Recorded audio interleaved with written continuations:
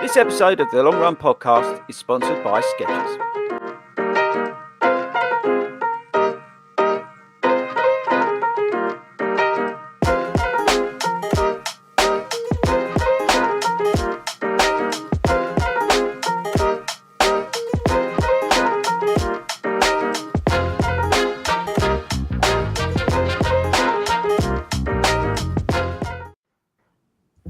Hello, everybody. It's 7 o'clock. It's Friday night. It is the Long Run live stream and podcast brought to you by the FORDY Runs running community and our sponsors, Skechers. Please pop along to skechers.co.uk and check out all their great deals on trainers and gear. I'm Ian Wilkerson. There's no Chris Ford tonight. Sorry to disappoint, but there you go. That's life.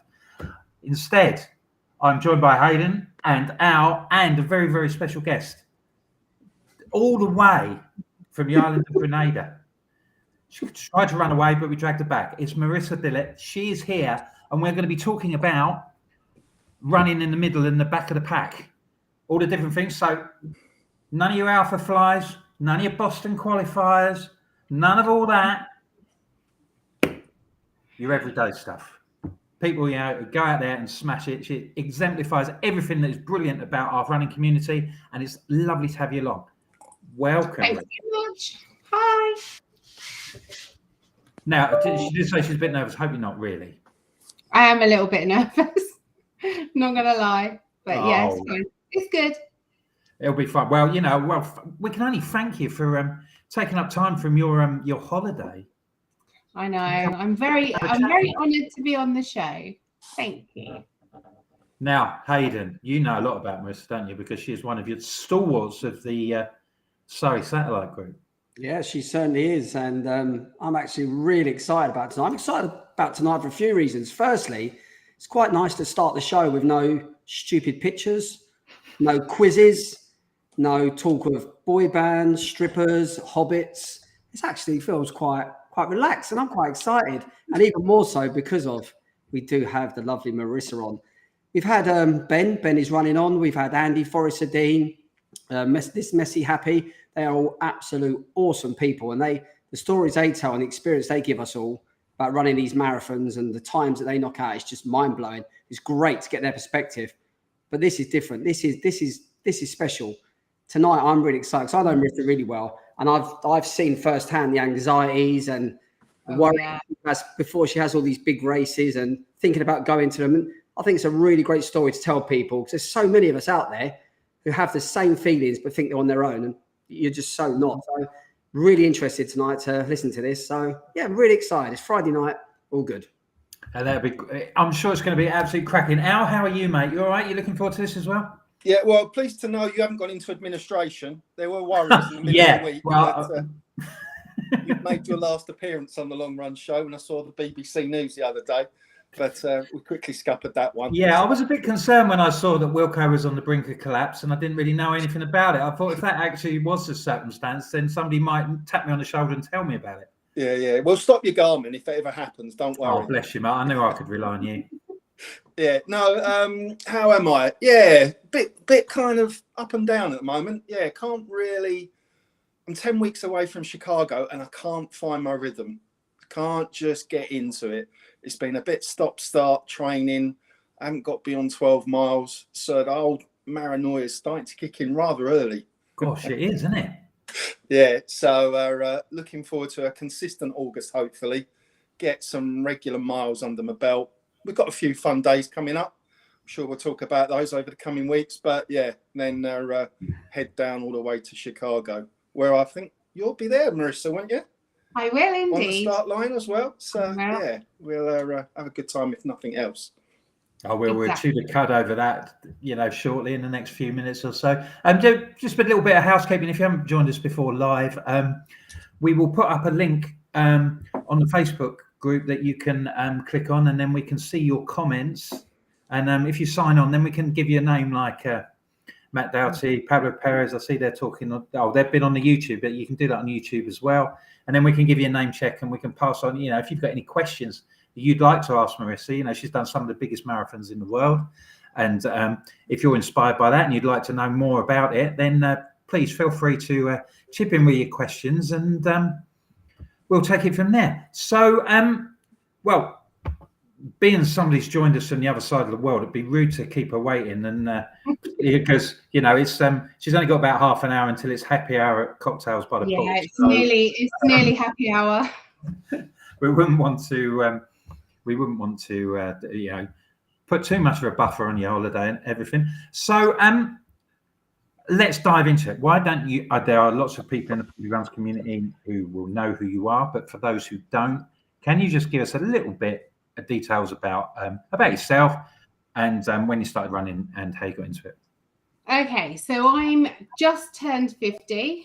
I've been running for only 6 years. I done Couch to 5K after one of my friends said, "Oh, look, I've joined this group. Do you want to come?" And I went, "Nah." She went, "Oh, I've done 5K." I went, "Really? Oh, okay. I can do it as well then." So it all started from there. Joined a running group, done Couch to 5K. And before I'd even finished, I'd signed up for a 10K. And then before I'd even done 10K, I'd signed up for a half marathon. And then my first London was coming. So, yeah, I sort of got railroaded by my own desires to be better. So how did you? So what motivated you to move up those particular steps? Because sometimes, I mean, we know a lot of people loads and loads of people do Couch to 5K, and some people, they do it and they hit a bit of a wall and then they stop and then they don't sort of like kick. What motivated you, do you think, to crack on? Someone said I'd never be able to run a marathon, and that was it. As soon as someone says I can't do something, I will do it, and I don't care how I will do it, but I will do it. So some lovely man at my running club said, "You'll never do a marathon. I think you're a little bit deluded." So I went. That wasn't me, by the way. No, it wasn't you. It wasn't FORDY's actually. FORDY's wasn't even around then. It was 2018, I think, when I first thought about running. And I'd signed up for London. I'd got a place with WizKids for London, but I then thought, I'll just do Manchester 2 weeks before. So I'd done 2 marathons like back to back, really, for my first marathons. And it was purely because someone said I couldn't. Yeah. Is that the attitude you have to a lot of things? Did you sort of like bring that to you? Everything. It's not just running, it's like everything. If someone says you can't do something, then you've got to get up and show them that you can do it. So that's how it all started. And here I am. So which races you said you've done London, how many marathons have you done now? So I think I've done maybe 14. Yeah. With a couple of ultras in there. Oh yeah, just sort of sprinkled on the top. Yeah, just a decoration. A little decoration. It looks nice. The medals are really good on ultras, so yeah. Well, I suppose there's that, but whether that had tipped the balance in favour of me doing one, I don't know. Whether I might need a bit more inspiration. Although people say they're just sort of like 30-mile buffets, so that's much more up my street, really. But, but I struggle with that. I can't have a 30-mile buffet. So, I do struggle with like fueling and stuff like that. But I think the ultras are a little bit more flexible than the marathons. I find the marathons are really, time orientated. Yeah. Like you have to move. Like we've got a problem with Boston at the moment. I'm never going to qualify for Boston. So that's my pig's ear at the moment. I don't know how I'm going to get into that one. Yeah, but you don't need to be hard on yourself for that, because to be fair, probably 90% of people listening here aren't going to qualify for Boston. That is to qualify for Boston is I know. No, exactly. So so you can't be hard on yourself with things like that. And there is other ways to get into Boston, which obviously you're going to explore and go for, because obviously Boston is the completion for most people for the 6 stars, which it will be for you. So tell us, what world majors have you done so far? So I've done London twice. Berlin I done last year. coached by someone on the show. Really good. My favourite marathon ever, I think. And then Tokyo I'd done in March, which was my worst marathon ever. It was horrendous. Horrendous. We'll move on to Tokyo a little bit because there's a couple of sort of angles in that I'd like to talk to you about. But what was, thinking back about your first marathon, when people doubted that you could do it, what were their motivations for coming up with that sort of comment, do you think? Why did people think that? I think because I am a slow runner. I'm probably about comfortable at 12 and a half minute miles. Really, I like to run at 13 because I don't like to move fast. My body doesn't like moving fast. It does all funny things when I'm told to run fast. I like to be slow, and that's my speed.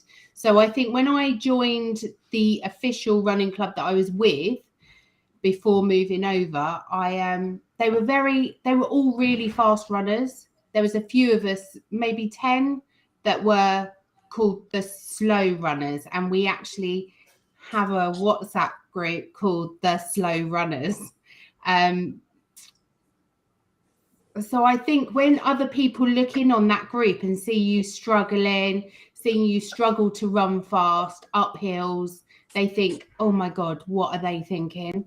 They are never gonna run a marathon. A marathon is, we all know because we've all done it, but they are such a long way. But I think running slower, you can build more stamina. If you run fast, you've got to run fast for like 3 to 4 hours and get it done. Whereas I can normally go on for quite a while and not stop because I'm not burning myself out. I'm not using all my energy in one short burst. I'm literally dragging it out over 5-6 hours. So do you run all the way? Do you Jeff at all? Do you walk? No, I Jeff all my marathons because I'm not built to run. I'm quite a big girl as well. I'm a good size 14, so I'm not built for running long distance. I have run. Oh, actually, that is a lie because I did run 90% of the Bournemouth Marathon back in 2019. Yeah, so that is a lie. Actually, I did. I only walked through the stops and maybe up 2 of the hills because it was quite hilly. I didn't think it would be. So actually, that was a lie. I did run that one, but yeah, it hurt more. But they all hurt. So with your Jeffing approach, because we got lots of people who sort of like talk about this sort of thing, you know, lots of you read comments in the Facebook group as well, sort of like, I want to do Jeffing, and they know it involves walking, but I don't think people perhaps comprehend like the organisation that goes into. So do you set out and say, right, this is, I go this sort of like distance, I'm going to run for X minutes, and I'm going to walk for such and such. And do you have a sort of optimum approach, or does it vary, whatever ratio? Normally I do, it's a Jeff Galloway approach. So he's an American runner and he's brought out loads of books. He's the Jeff of Jeffing. Yeah. He's the king of Jeffing. So normally he says, if you are going to Jeff a marathon or a long run or a 10K half marathon, whatever, start from the beginning. Don't run like a 5K and then start Jeffing because you've already used up all your stores.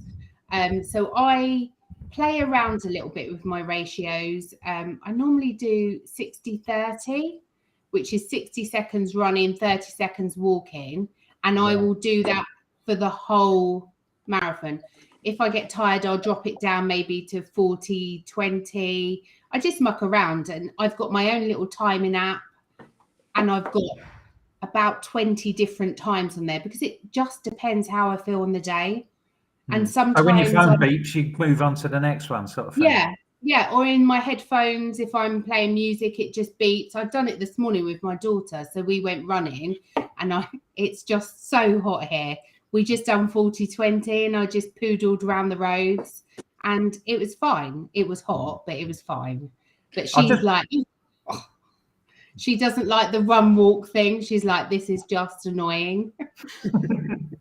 I'll bring a lot Al of in here with his coach's hat on, about the benefits of Jeffing of run walking. Yeah, no, Marissa's already kind of touched on, I think the key thing is it is a proper running strategy. It's not something that you do when you get a little bit tired and you're a bit knackered and you need a rest. So the run walk approach is absolutely valid. Interesting to understand how you kind of set on your ratios. You said you kind of it's kind of a feel on the day, but have you got kind of some upper limits and lower limits kind of that you so my within? upper limit is 2-minute run, 30. I tend not to have longer than 30-second walk, Right. because then I just don't want to start running again. I just go, oh no, I don't want to do it.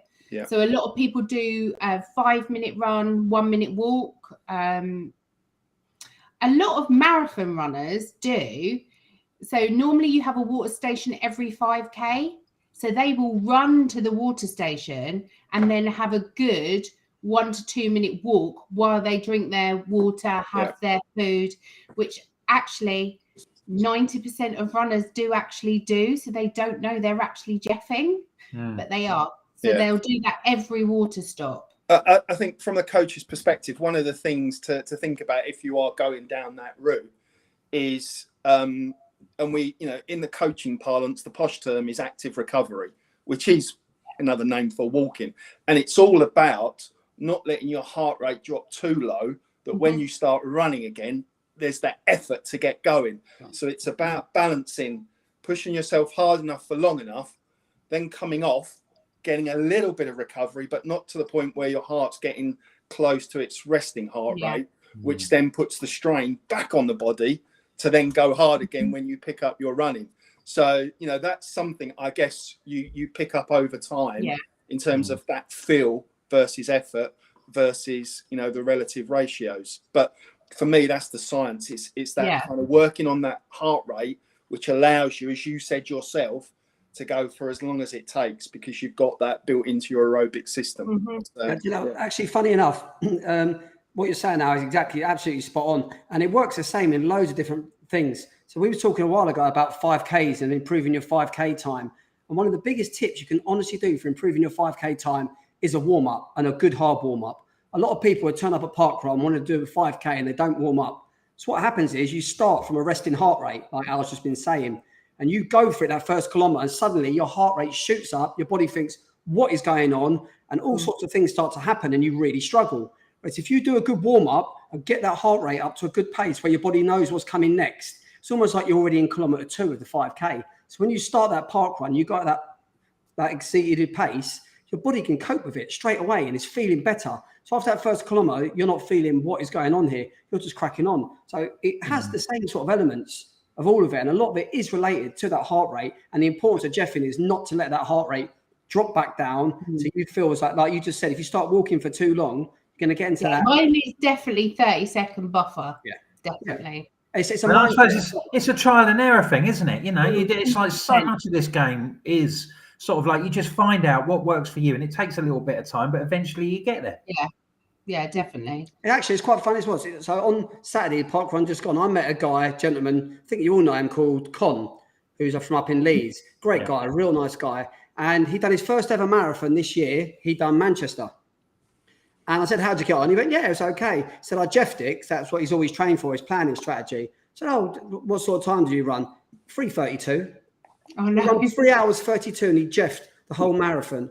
And there actually is, I spoke to Alan about this before as well, he knows, there's actually a training plan out there for a Boston qualifier, jeffing training plan, where it will literally get you them ratios to the absolute maximum. If you put in what time you are, depending on your age, and it will get you through a training plan and a marathon through jeffing. So it is such an underestimated and frowned upon sometimes by some people method of running a marathon. Well, yeah, I mean, it's like the whole sport's full of people who frown upon all sorts of stuff, isn't it? But yeah, it was sort of like, well, if you didn't run all the way, what's the point?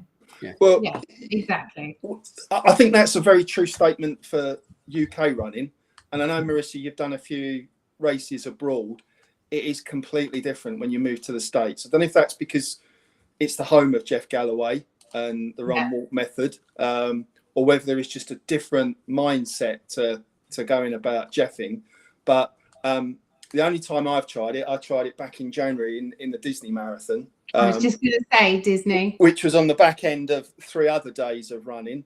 And I really enjoyed it. It is hard to kind of just have that self-discipline, because I was trying to do the maths in my head going, how many times am I going to stop and start over 5 and a bit hours? And, you know, my brain was hurting too much. I couldn't work it out. But in the States, it's kind of like the protocols and the way to go about it is much better understood. And I think there's a better respect in some of the big races in America for Jeffing, to the point where you're kind of encouraged to learn the rules about stopping, putting your hand up, walking to the my right. God, please put your hand up, please. Yes. So people around you that are not aware will understand what you're doing. And therefore, you know, you're not going to be a hazard and people are not going to moan at you, because you're part of a bigger group of people working towards that approach to get around the marathon. So 100%. Marissa, He's do a you find massive celebrity out there. Do you find it helps mentally as well? I mean, Al said, you know, it's not something you do when you're a bit knackered, but like, I got to, when I was doing the Dublin Marathon, I got to 20 miles and I'd had a bout of COVID a few weeks before, and it was a bit of a slog. I still felt pretty good, but it was a bit of a slog. And I just decided that sort of like run for 5 minutes and then walk for 2 all the way in. And then the fact that I chopped it up into little bits helped me get home, because I'm not thinking, oh God, I've got a 10K to do. I'm not going to fit. It's like, right, I've got 5 minutes, 2 minutes, 5 minutes. Does that help you get rounds? I think, especially for Berlin, because Berlin was my big, I'd followed the training plan. I'd done exactly what I was told, and I've never felt better going into a marathon. And literally every time my buzzer went off in my head, I didn't think, oh God, not again. I just went for it. And literally I was properly Jeffing. So the idea of Jeffing is like, when you run, you do run, you don't dawdle, and you actually put in a pace. Whereas normally, you know, if I'm a bit undertrained, I may just poodle along. But for Berlin, I literally, every time the timer went off, I was off. I'd glide, because there's techniques to it as well. So you glide in, glide out. You don't just stop dead. The idea is that you are still moving quite fast forward when you're gliding to a stop. And then when you start, you know your time is going to go off, and you start running like maybe 2 or 3 seconds just before, so that you're not like stunting your running. Because sometimes when you stop, you just stop dead, and then you've lost your momentum and you're like going, oh, that was really hard work and it's hard to get going. But sometimes it just flows, and once you're in that mindset, you can just keep going. I mean, I've had loads of races where the time has gone off and I've gone, no, not now, no, please, no. So with going back to Berlin, because I know Tokyo was a bad one, so we'll talk about it afterwards. When we talk about Berlin, and obviously that was your best performance, and also what we haven't alluded to people yet is obviously you run a PB at Berlin, so that was your fastest time. Yeah. So what was it? I think I know what the answer is. What was it, do you think, that motivated you so much with Berlin? Was it more the fact of the motivation of getting the marathon and getting a PB, or was it the other side of things where it was that fear and anxiety as we start to go down the route and start talking about the dreaded cutoff times? I think it was a bit of everything. I was mentally really well, physically really well. I was strong. I had no injuries. Being a bit older, you know, the body's not as capable as it was once when I didn't run, when I should have ran. So I think going into Berlin, I was really well trained. All my runs had gone well. Nothing stands out that it went wrong. My health was really good, and I just felt really good. But I think, you know, on the day before the Berlin Marathon, he told me to just get to the front of your coral. Whatever you do, get to the front of your coral, because I've never run under 6 hours. My fastest was 6:11. So to get under 6 hours, and I was the second to last coral, was I? Okay, so just Or was before I contact, I'll just give a bit of background to that. So at these, especially at the World Majors, well, it's well known with London because of all the press, but a lot of these World Majors do have cut-off times where if you don't make it within that time, you basically aren't registered. You're not recorded as finishing the World Major Marathon. And at Berlin, I know it was 6.5 hours. Yeah. Which Marissa was around, it was about a 6-hour marathoner. So, but that wasn't the issue. The issue was it's 6.5 hours from when Eliud Kipchoge went across that start line. So if you can imagine 40,000 people to get across the start line, and Marissa's corral, her pen, was right at the back. So we all knew in our heads it's going to take her a good 25 minutes, half an hour to even get to that start line. Yeah. So once you do that, you're almost limiting your time already. Already, once she gets that start line, she knows she's only got 6 hours and 5 minutes, whatever it is, to get this marathon done. So this is going back to the theory why I was saying to you at the time, push yourself at least to the front of your corral, because they're massive anyway. So if you get to the front, it's another 5 minutes. So I think that is, as you said, so when you get there, so you had 6 hours to do it in. Yeah, so that morning I wasn't feeling great, I must say, because the pressure is just horrendous, absolutely horrendous. Don't speak to me on a morning of a marathon, whoever you are. You could be David Beckham and I wouldn't want to speak to you. Just leave me alone. So the day before, all I could hear in my head was Hayden going, get to the front, just get to the front. So I'm like weaving my way through thinking, oh yeah, okay.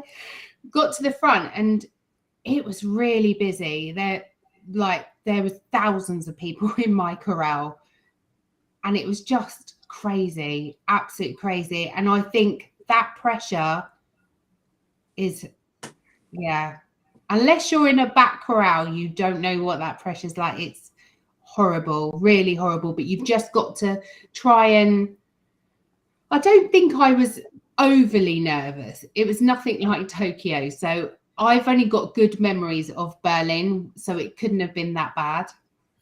But I do remember if I had have seen anyone, I wouldn't have spoken to you. So I'm not being rude if I see anyone at a major. I'm just not talking to you. So were you conscious of that cut-off time, sort of like throughout the process when you were doing your training and everything like that? Always. It's always in the back of your mind. Especially on the long runs, not so much the short runs or the training runs or the hill sprints, but the long runs when you've got like 6 hours and you're a 6-hour marathoner and you think, okay, I actually have to move myself faster than a jet engine to get across that line in 6 hours. It's just, and Berlin as well, they even pulled the gate across before they were there at the gate and they were shutting the gate. So I made it, and I think that's what made Berlin for me, really. I made the time, and I had 5 in front of my number. It was not 6. It was my first under 6 hour marathon. So did you? Yeah. I'll bring Al in a sec. Did that give you the extra motivation to perform well and to get it done, because you knew that you anticipated that you wouldn't have much leeway when it came to sort of like being swept up? If I'm honest, I didn't think I'd get through Berlin. I didn't think I'd make the cutoff. I really didn't. So did you prepare for that in a way? Was that sort of like seen as, well, if I get over it, then it's going to be a bonus, or I'll just go and try and do my best? And you deal with the disappointment before it actually happens. I think it's more the days leading up to it. I think the anxiety and the pressure is just, I get really sick. But at Berlin, I wasn't really sick. I went to the zoo the day before and spent all day walking around. You don't do that before a major, but obviously it was really good for me. But yeah, I think pressure's not great if you're a back of the pack person. It's not good. Ow. I think that's fast runners don't appreciate. So that leads me into a question about how you approach your training, Marissa. We all say you can't train at your goal pace. You can't train at your marathon pace. You have to ease it off and then go harder on the shorter distances. So when you've got that pressure of the cutoffs, how do you, mentally approach the training where you're kind of going, I've got to go slower than my 13 minutes or whatever, but I know that's going to put me in the right position to hit my goal pace on marathon day? Because I guess the frustration and the pressure will be to try and train too hard and train too fast and cause a different kind of pressure, an injury pressure or a performance pressure, when that's not the purpose of the long, slow runs in training. So how do you deal with that? I do find it hard to go slower than I already am slow, because I'll be out there all day otherwise if I went slower than I already go slow. But I did around Berlin and just after Berlin, I was moving generally faster. I mean, my coach there will tell you, I think my 5Ks improved, my 10K and my half marathon times. I'm not sure why. I think maybe just generally being fitter and healthier. But yeah, I don't have a goal pace. Right. I don't ever so you go don't out put that pressure on yourself at the start of any given race. That's probably partly the answer. Yeah. I like to think that, oh yeah, I can run at 11-minute miles, and then I think, oh god, no, that's way too fast. Yeah, I'll just pull it back and go, let's just see what happens.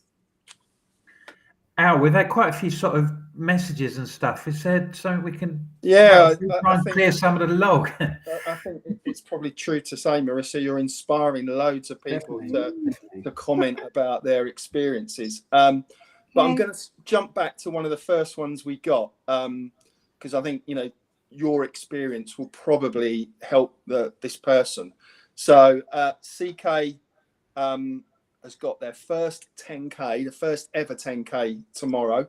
They're saying to us that they're scared, they're worried about being last. They're worried about people, thinking and laughing at them.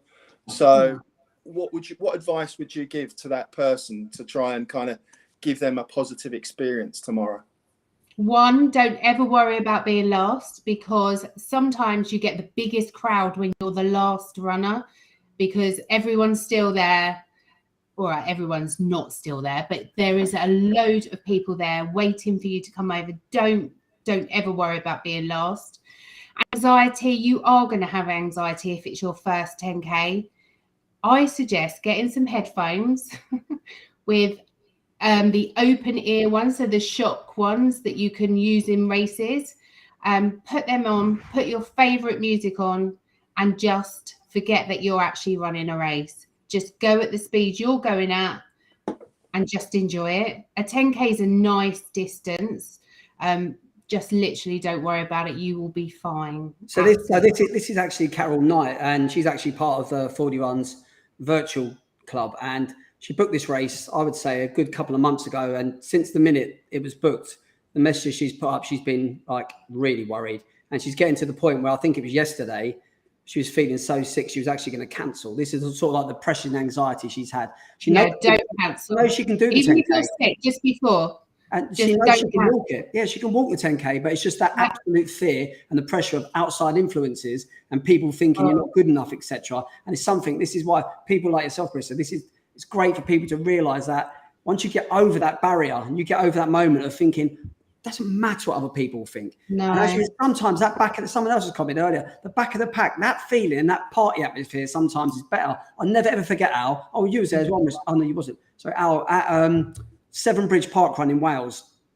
Yes. All the guys had finished. So what we've done, you finish under a tunnel and it's a real big echo. So once all the faster people finished and then they got the old clap like this, and then everyone sort of waited around and waited for the slower, as you call them, people that come in last. And my God, the noise that generated for them last runners, you almost wanted to be last, because that feeling was like, honestly, it was like goosebumps. It was amazing. I do think there's a massive thing that people appreciate, these people that are labelled as the slower runners, because they realise they're putting in one hell of a shift. They really are. I think that Pablo comment saying, you know, what did he say? I agree, Marissa, as a slow runner training is hard. But, oh no, sorry, that's in the comment. Ignore that. He said something about when you're on your feet for 6 hours, that takes a lot. That takes a lot more than a guy that's running it in 3 hours. So it takes a lot more out of you. So, you know, you Well, deserve I think there's a bit of a movement developing to try and challenge the whole concept of slow running. There's been a couple of articles floating around, and there's quite a prominent runner in the States. He runs, I think the club's called Slow As AF. And he referred to it as sexy pace. Now, other people may not find that appropriate for other reasons, but one person's slow is another person's fast and vice versa. Yeah. So it's all relative. So referencing slow runners arguably doesn't really kind of count. And I think Pablo picked up that point. You know, there's a lot to be said for being hardcore and smashing out a 6-hour marathon. Yeah, we'd all love to run sub 2, but it's not going to happen, is it? So yeah, we're going to do the rest of the day though. Exactly, it's value for money, Marissa. You get great absolutely. You know, it costs you an arm and a leg to do these marathons. You might as well get your money's worth. I get full money's worth of all of my races. I totally do. And as for anxiety, just literally, even if you're sick, just before you start, do that race because you won't regret doing it. Yeah. Well, Pablo did have a question for you. He's made loads of comments, so you're really inspiring. But he's got his first marathon in October, so give him your kind of golden tip, the one takeaway. If he forgets everything else tonight, what's that one thing that he should ingrain on his brain? Just do you. Don't look at everybody else around you. If people are overtaking you, you may overtake them later. Just literally do you. Don't worry about anyone else around you and enjoy it. Do you know what? Smile, because it really does help and it helps everybody else around you. And I've met some of my favorite people doing marathons. I've got some really good friends that I've met running my marathons. So literally just do you. Oh, and don't eat anything too spicy the night before. That's another top dip. Certainly, yeah, there's that quote, isn't there, Pablo, that you can spend, you'll have your days wondering whether you could actually run a marathon, but then one day you'll have the rest of your life knowing that you've done it. Yeah. And I think that's the most pertinent, the best running quote that I can possibly think of, and you won't regret it. It will change your life. Yeah. We've still got questions coming in, so I'm going to keep firing them at you, Marissa. We might have to do an extra bonus episode to finish off all the questions for you. So that bar, you might have to wait for your first cocktail of the day. Stephen, you're already there. Sorry, I kind of shouldn't assume that you're staying dry till after this. Stephen C, 1984 has got. It looks like a little bit of a flippant question, but I know it is a serious one. Is that how do you cope with the amount of litter that you often find at the back of the big races? No, that is because it is a big hazard, isn't it? It's London. I think it was London. It was either London or Manchester. They decided that they would give Lucozade in these little ball things. I remember that. Yes. Yeah. That is the worst marathon I've ever done because literally people were popping them in their mouth and then spitting the thing out. Oh my God, it's an absolute nightmare. But since then, I do think gel packets actually are a nightmare.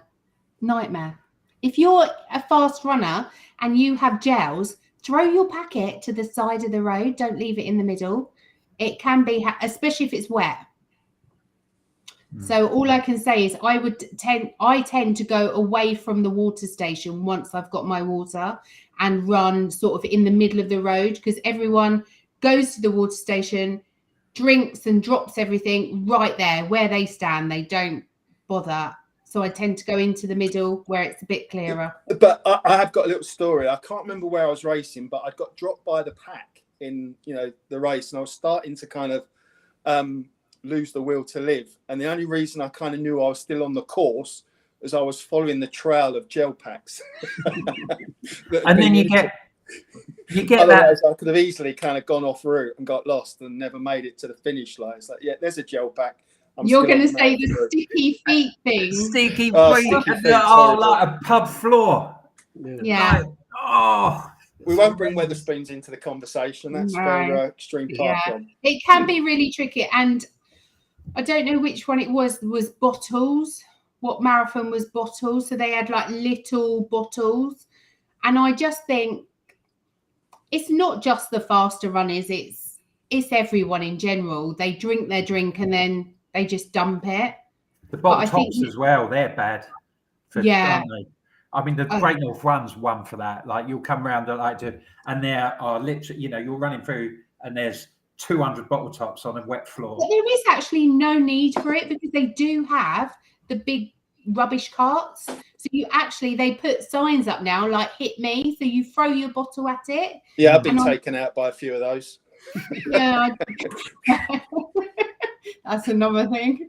I just think you need to be a bit, all runners need to think about others, really.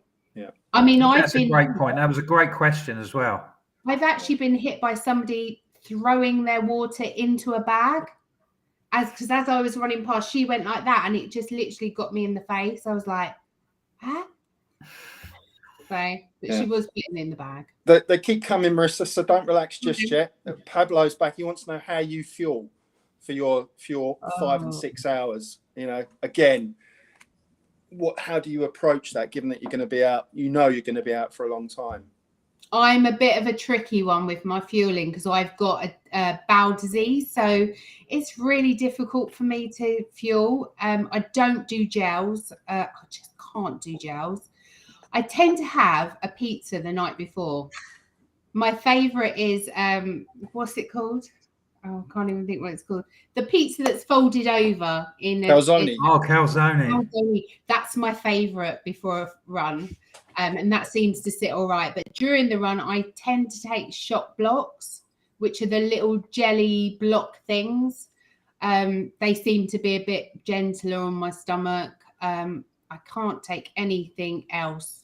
Can't eat a banana or anything. So you can't do real food. You're not kind of into what is it? You had that malt loaf, didn't you, Hayden? You're a bit of a malt loaf fiend. Only leading up for carb loading thing. I do like a bit of serene, definitely. Oh, lovely. Yeah, he likes a hot cross bun as well.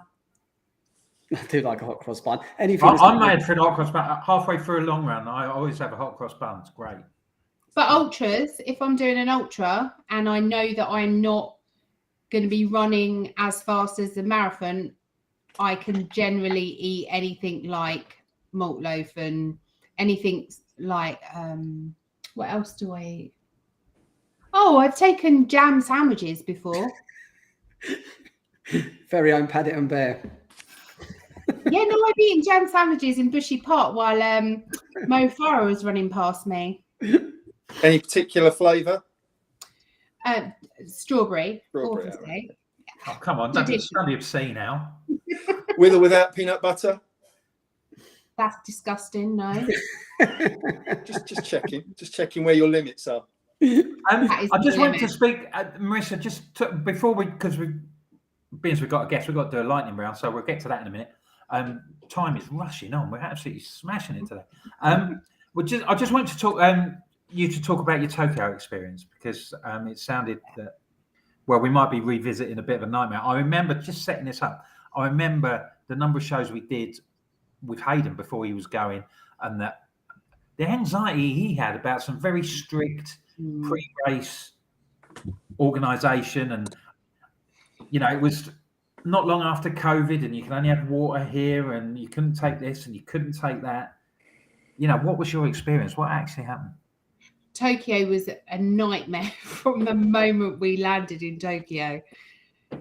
So it's quite a challenge just even getting from the airport to the expo, your hotel.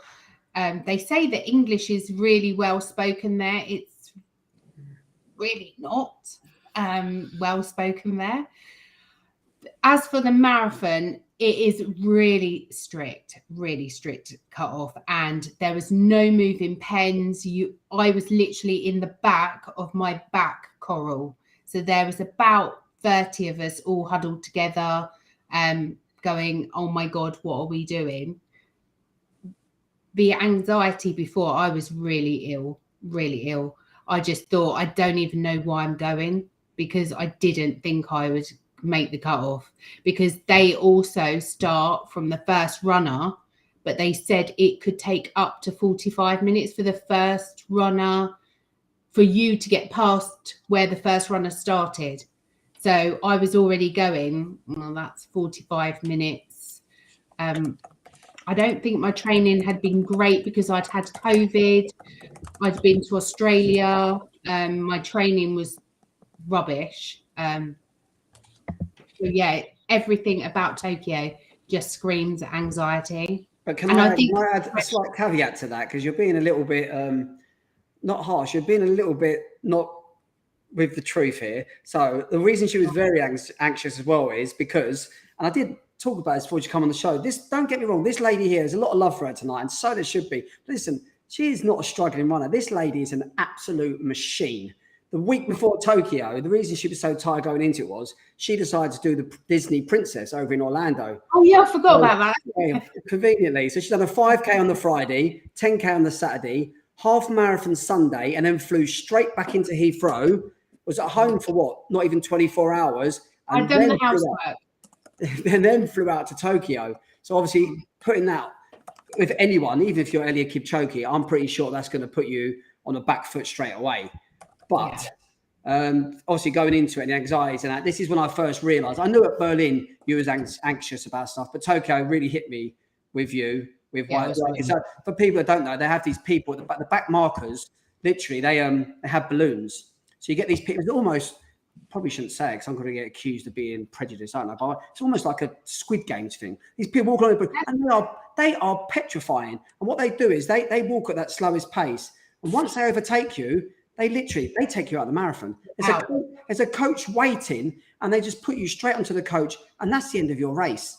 And for me, even thinking about that, and I saw them at the start, I saw them all walking to the back before I even went off. And I saw them, and I thought, it almost gave me like goosebumps. I was like, God, it's just not nice to see them, and to have them sort of almost on your tail. They weren't far behind me, were they? No, they weren't too far behind you, no. But the most important thing was they were behind you the whole way. And they were behind me, yeah, definitely, because I was going for it. I've never run 30K so fast. I know. I just think, you imagine yourself at anywhere, a park run, a 5K, a 10K, a half marathon, anywhere. You've got someone right behind you, almost like they're coming to tap you on the back. And the minute they do, you're out. That is the time when I realised, wow, this is a different game. I realised what you're going through, and to add that on top of the anxieties that I was moaning about, silly ones like the flight, and I'm tired, I don't eat much Japanese food. Mine just become absolutely insignificant and fair play to you, honestly. You got that job done. I know you didn't have a great time, and actually me and Speedgoat were waiting for you at the end, and Louisa, and you didn't even come in the end. You went home, and I think you went home. I know you won't mind me. I think you went home. We messaged you, and you just said, "I'm in the bath crying." And you had the Tokyo medal as well, but it took that much out of you, didn't it? It was literally, it's what stuff of nightmares is made from. I literally hated every minute of it. But as soon as that gun went, I was like, literally, they are not getting me. And I think sometimes maybe the fear did help with that a little bit, because there was no way someone was pulling me off the course. I actually saw them grab one woman and put her off the course. And then I saw another lady who ran round them and said, "No, you're not getting me." Wow. So yeah, honestly, it's Tokyo's incredible. brutal. I know. Well, should we go back to the questions, then? Because we still have got loads and loads of questions. We've got someone asking, who is your favourite child in the Surrey FORDY gang? What is that about? What is that about? Marissa is seen as like the Surrey FORDY mummy, and she mothered a few of the younger people there. So, Marissa, let's just talk quickly about your involvement with the FORDYs. You know, how you got into it, and you know how you joined the group now, because you say you were at a traditional running club, and then. So I had seen something, I'm not even sure what, and then I went for a run in a park not near me, like but maybe 30 minutes away, a Christmas 5K or 10K run it was, and I met Claire, and she said, "Oh, come to the FORDYs." So I looked online, I joined, I got my t-shirt, and yeah, that was it. And then she invited me to the Surrey one as well. So that's when I met certain people that make me run fast. And all the other shenanigans. Exactly. But literally, I love I love it. I love the 4Ds. They're so good. Like my Now- little family. Oh, that's lovely. We feel like that about you too. That's brilliant. Thanks ever so Aw. much. Now, we're going to delve a little bit deeper into your running with Go on the then. lightning round because Al's back. Yeah, He's got sorry, I've got a new questions. iPad and all the buttons are in the wrong place, and I think I pressed the wrong one. But Yeah, he's had a bit of a self-inflicted technical issues. But we are now, me and Hayden will now take a back seat, and you, Marissa, can Okay, go on then. answer Al's taxing questions. Go on then, hit me with it.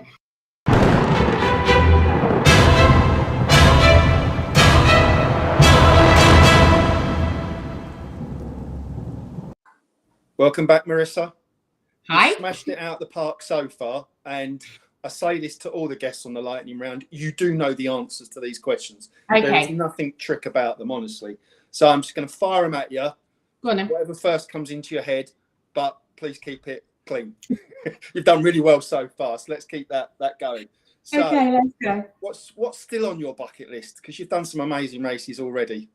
Okay, so my big bucket list, number one, is the Great Wall of China Marathon, which I'm doing on my birthday next year. Wow. Fantastic. That I know. is. We'll be able to see you from Google Maps. On the kind of Probably. the old satellite. Cool. Or Right. as my mum would say, you'd hear me. Favorite distance to run? Probably 10K. Yeah, it's quite nice, isn't it? You know, Yeah. very manageable. Ketchup or brown sauce? Oh, ketchup. Right. Go to shoe brand. What you're wearing at the moment? Saucony. Yeah. And is that your marathon shoe as well? Not sure. I might be tempted by the Adidas. Right. Okay. Keep your options open. Yeah. Okay. So summer training for an autumn race or Oh. winter training for a spring race? Or I would go winter training, but I tend to train better in the summer, apparently. Right. Well, that's kind of proven, is it, in all your stats? Yeah, Cool. but Right. I don't like being hot. Okay. Barcode scanning or tail walking? Got to chuck a Oh, park tail run. walking. Tail Yeah. walking. Yeah. How many volunteer credits have you got? Do you know off the top of your head? 100 and no. 72, I think. Wow. Well done. Coke or Pepsi? Coke. Hill repeats or sprint intervals? God. Neither. You've got to choose one. You can't. Hills. Fair dues. And this one doesn't always work with our younger audience, but I know we're kind of a similar generation. Okay. Seb Coe or Steve Ovett? Steve Ovett. Yeah, I was a Steve Ovett man. Yeah. And final one, remember, you're going out, you're doing your long run, you got your marathon. This is your one song playlist. So what is that one track? Oh my God. Are you ready? Yeah, go for it. And Toby will play it as an outro. No, you can't. Footloose. Footloose, it's classic. Yeah, 80s classic. There you go. Lightning round done. Well done, Marissa. You got full house, 10 out of 10. Thank We'll you. bring the other guys back.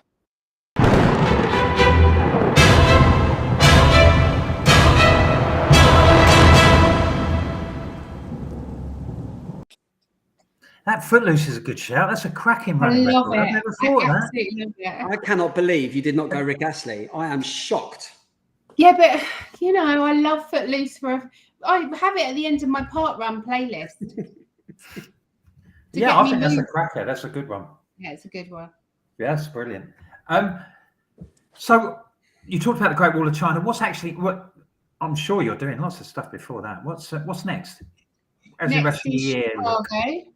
Chicago, New York, Australia. Vegas. Oh yeah, Vegas. I've got Vegas, and then hopefully Boston.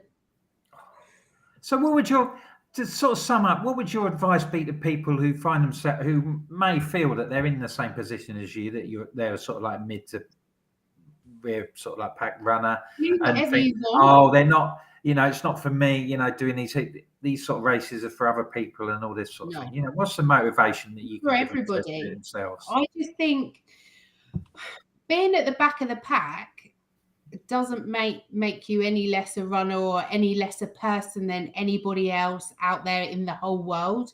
yeah, I would love to chase Kipchoge, but I am not chasing Kipchoge. I'm chasing myself, and anyone can do it. Anyone. If you want to do a major, then you do a major, and don't let anyone tell you can't do anything, especially yourself. Because I have that problem sometimes. Yeah, that's actually something you didn't really delve into tonight, but that is something that is absolutely massive. A lot of running, a lot of everything in life is up there, and it's telling yourself you can talk yourself out. You could have talked yourself out of Tokyo, you could have talked yourself out of Berlin, but you didn't. I could have talked myself out of this. You could have, but you got there, you got to the start line, you got to the podcast tonight, and you do it. And that is so important. And so Hayden, just so you to talk about Marissa, and try not to make her blush too much. But she must be a great motivation for people who go every Thursday to the Surrey group, and sort of like when people see what she's done and stuff. Oh, she is absolutely, and she isn't an inspiration, motivation because she's what she classes herself as a slower runner. It's not about that. It's her personality. It's her experience. It's everything she's done. Absolutely. You've seen from tonight, as I said before, I'll say it again. She is an absolute machine. Well, coming up this year, we're talking about Chicago, New York. Then you've got Las Vegas, China. She didn't mention the Isle of Wight park run in 2 weeks. That's not yeah. Right? But yeah, as you said, 70, nearly 80 volunteer credits a park run. How many park runs? 200 and something. In what, nearly about 80 odd different locations all around the world? You've been 70. You've been away to Europe and done what, 3 in the space of 4 days. It's just that what you've done, honest to God, is just something that no matter whether you run these marathons in 2 hours, 3 hours, 6 hours, or you walk them all in 8 hours, what you've done is something to be absolutely extremely proud of. And say everyone that knows you is absolutely inspired by it. And anyone else watching who doesn't know you and has listened tonight, I really hope that they think to themselves, do you know what? I can do it. I don't care what people think. And the more someone tells me I can't do it, that's going to give me that motivation. That's right. All because that bloke said you couldn't do it. Yeah. Exactly. If anyone tells you you can't do it, just message me and I'll tell you you can. And if you want me to, I'll even do it with you. Oh, what an absolute legend. Marissa, it's been an absolute pleasure. We don't want to delay you on your holiday. You have certainly earned a nice lie by the pool, your pina colada, I think I might go to the bar. I might, yeah. Oh, that'd be nice. Well, hopefully you'll still be able to pick up some lunch. We haven't left you... Oh, no. Lunch is over. It's nearly dinner now. Oh, right. Okay. Well, don't tax yourself too much. Don't do too much. Thank you very much for joining us. Thanks to everybody. Thanks, boys, for your company tonight. Thank you for listening. Thank you for your great input and your questions. We always say that, the fact that you write your questions and you can be interactive with the show too is what makes it so unique and makes it stand out from a lot of the other running podcasts out there. Because we are live every Friday, either on YouTube or on Facebook. But if you can't catch us live on a Friday night, you can download us on Spotify, Apple, Amazon, wherever you get your podcasts, and all sorts. It's all out there for you. So we'd love to hear from you. Take us on your long run. Thanks again to our sponsors, sketches.co.uk. Pop along there for any of your to have a look at some of the gear and the trainers that they've got. Also, bear in mind that our friends at startfitness.co.uk, they offer a 10% discount with 40 runs on all sorts of stuff. And, we're very grateful for their support as well. So we're not here. There's a pre-record next week. Chris has done a chat with Ben, who will be no stranger to you listeners, who's been absolutely smashing his times at all sorts of distances in the last few weeks. So Chris has had a chat with him about how he's been getting on and his running journey in general. So we'll be playing that next Friday while Chris is away. And all I can say is thank you very much for your company again. Enjoy your running, stay safe, and we'll see you next Friday.